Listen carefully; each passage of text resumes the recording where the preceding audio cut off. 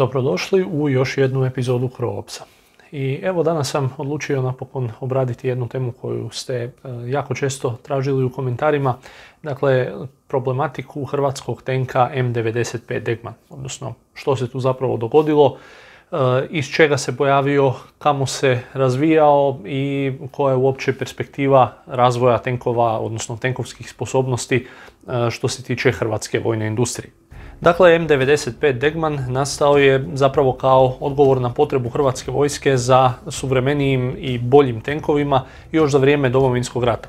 Hrvatska vojska je inače u to vrijeme, pa čak i početkom 2000-ih, je koristila mnogo više tenkova nego danas, budući da je u upotrebi imala preko 200 T-55.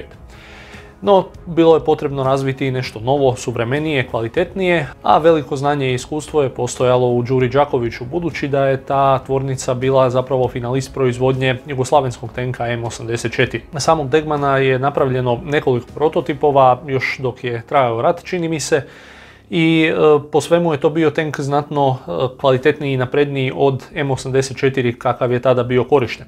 Imao je novu transmisiju, jači motor, eksplozivno-reaktivni oklop koji je pokrivao zaista jako dobro cijeli prednji aspekt tenka, te bočne strane negdje do polovice, novu varenu kupolu koja je uključivala novi sustav upravljanja paljbom, termalni ciljnik za ciljača, postojala je mogućnost termalnog kanala za vozača i sve u svemu je tank bio definitivno sposobniji i imao puno bolje izglede i sposobnosti preživljavanja nego standardni M84.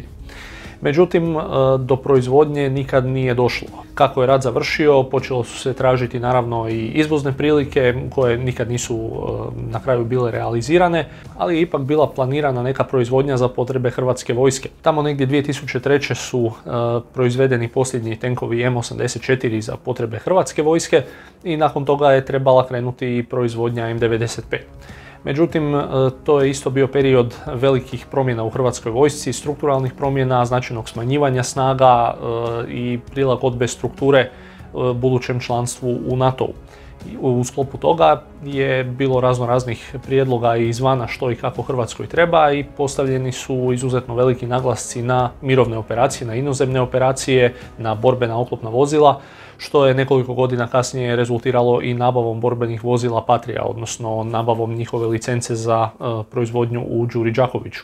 Zbog tih izmijenjenih geopolitičkih okolnosti, drugih potreba, težišta na drugim aktivnostima, se potreba za novim i modernijim tenkovima znatno smanjila. Tenk bi k tome bio vjerojatno i poprilično skup, s obzirom na male količine za koje se moglo računati da bi Hrvatska naručivala i u konačnici nije došlo do nabave. No, koliko je uopće Degman bio moderan za svoje vrijeme. Svakako je bio definitivno mnogo bolji od onoga što je nudio M84, no mnoge sposobnosti koje su danas standard nisu bile uključene barem u te inicijalne prototipove. Nije bilo termalnog nezavisnog ciljnika za zapovjednika, nisu postojale sposobnosti lovac ubojica, nije bilo električnog pokretanja kupole, kao ni daljinski upravljane oružne stanice.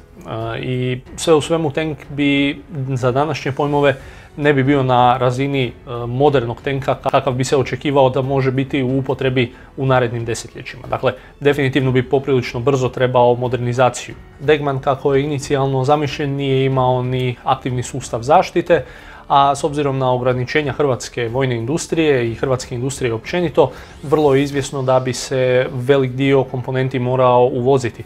Pa je upitno da li bi se u Hrvatskoj uopće moglo proizvoditi i 50% svih komponenti potrebnih za tank, što naravno bi dodatno povećavalo njegovu cijenu. No, iako nije došlo do njegove serijske proizvodnje, pojavila se mogućnost modernizacije tenkova M84 na standard D, koji bi uključivao mnoge komponente razvijene za potrebe Degmana, ali i stečena iskustva u toku njegovog razvoja, tako da se dobije zapravo jedan sveobuhvatni paket modernizacije za M84. Prije nego što prijeđemo na to, samo ću vas kratko pozvati da se pretplatite na kanal ako još niste, dijelite i lajkajte video te komentirajte, jer na sve te načine mi pomažete u daljnjem radu. A ako ste u mogućnosti, možete me izravno poduprijeti putem Patreona i Paypala. M84D bi dakle bio manje ambiciozan, ali provediv program modernizacije tenkova M84 koji bi uključivao između ostaloga i daljinski upravljanu oružnu stanicu, modernizaciju mjesta za samu posadu, sustav upravljanja bojišnicom, digitalnu navigaciju i slično, nove gusjenice, te prilagođenu konfiguraciju eksplozivno-reaktivnog oklopa kakav se trebao koristiti i na samom Degmanu. No, u konačnici ni od modernizacije M84D nije bilo ništa. To je bio onaj period prije 6, 7, 8 godina kada se itekako intenzivno radilo na daljnjem smanjivanju hrvatske vojske i bile su različite ideje, uključujući i smanjivanje tenkovskih snaga koje su trebale biti svedene na svega 48 tenkova. Srećom od tih se opasnih ideja odustalo. Hrvatska vojska danas ima ukupno 70 tenkova M84A4 u operativnoj upotrebi u tenkovskoj bojni, koju sam inače posjetio prije nekoliko mjeseci, pa možete pogledati tu epizodu da se bolje upoznate sa našim tenkovima koji su trenutno u aktivnoj službi. Ono što je dobro proizašlo iz priprema za modernizaciju, iako ona nikad nije realizirana, je program revizije tenkova, odnosno dovođenje istih na stanje od 0 radnih sati, što je preduvjet za modernizaciju. To je postupak koji se provodi u Đuri Đakoviću. Sada se većina hrvatskih tenkova je i prošla taj program, ostali još prolaze, a osim same revizije uključuje i modernizaciju komunikacijskih sustava, odnosno postavljanje novih komunikacijskih sustava. Sad, što se tiče standarda M84D, on bi dakle bio jedno dobro i kvalitetno rješenje, ali opet ne bi pretvorilo M84 u suvremeni tank na koji se može oslanjati u narednim desetljećima. U konačnici, dakle, ni ta modernizacija nije realizirana, ali opet na temelju i iskustava i sa njom i sa ranijim programima razvoja se definirala ono što je danas aktualna modernizacija, koja će uključivati sveobuhvatnije sustave, uključujući nezavisnu termalnu kameru zapovjednika, sposobnosti lovac ubojica, daljinski upravljanu oružnu stanicu, eksplozivno-reaktivni oklop, pa i aktivni sustav zaštite. I ta nova buduća modernizacija je ono što se razmatra za hrvatske tenkove, dakle da se provedu kroz taj sveobuhvatniji program modernizacije koji bi u konačnici po ovim okvirnim informacijama koje imamo bio širih sposobnosti i sveobuhvatniji od nekadašnje ideje M84D i naravno inicijalnog samog Degmana. Ja osobno vjerujem da modernizaciju Đuro Đaković može napraviti po ovim posljednjim informacijama, odnosno onome na što bi se dovodili M84 i da je to dovoljno da tank ostane zadovoljavajući s obzirom na potencijalne ugroze za narednih 10 godina.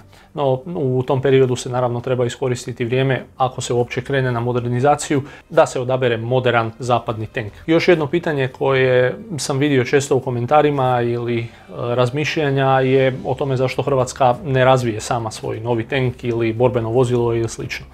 Međutim, to je jednostavno toliko složen i zahtjevan i dugotrajan i skup proces da ga i najveće i najmoćnije što svjetske što europske zemlje uglavnom ne kreću u njega samostalno. Dakle, imamo primjer razvoja novog tenka Europe, odnosno novog europskog tenka iduće generacije koji zajednički razvijaju Njemačka i Francuska.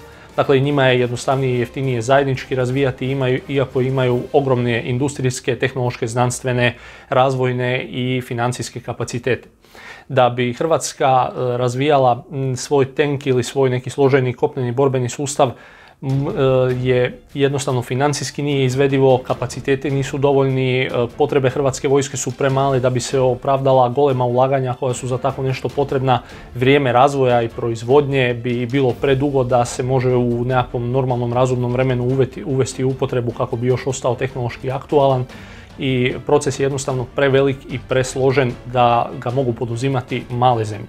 Ja u konačnici uvijek smatram da je najvažnije sačuvati živote posada i vojnika i premda je za domaću industriju uvijek dobro da razvija vlastite sposobnosti, a ako birate nešto što je odlične kvalitete i što trebate kupiti izvana, i što će sačuvati živote vojnicima, puno bolje to nego nešto na silu razvijati na svoju ruku, dobiti substandardni proizvod koji će onda koštati puno više života. Što se tiče industrijskih kapaciteta, samostalnog razvoja, složenih sustava, tu Hrvatska se može oslanjati ipak na svoju brodogradnju, imamo Brodosplit, imamo OOB-ove, projekt buduće korvete i slično. Dakle, tu jesu elementi gdje Hrvatska zaista može ponuditi odlična rješenja i odlične brodove. Međutim, tenkovi, borbena vozila, pješaštva i slično jednostavno nisu nešto za što Hrvatska ima razvojnih, industrijskih, financijskih i proizvodnih kapaciteta da bi mogla sama na svoju ruku proizvoditi i razvijati.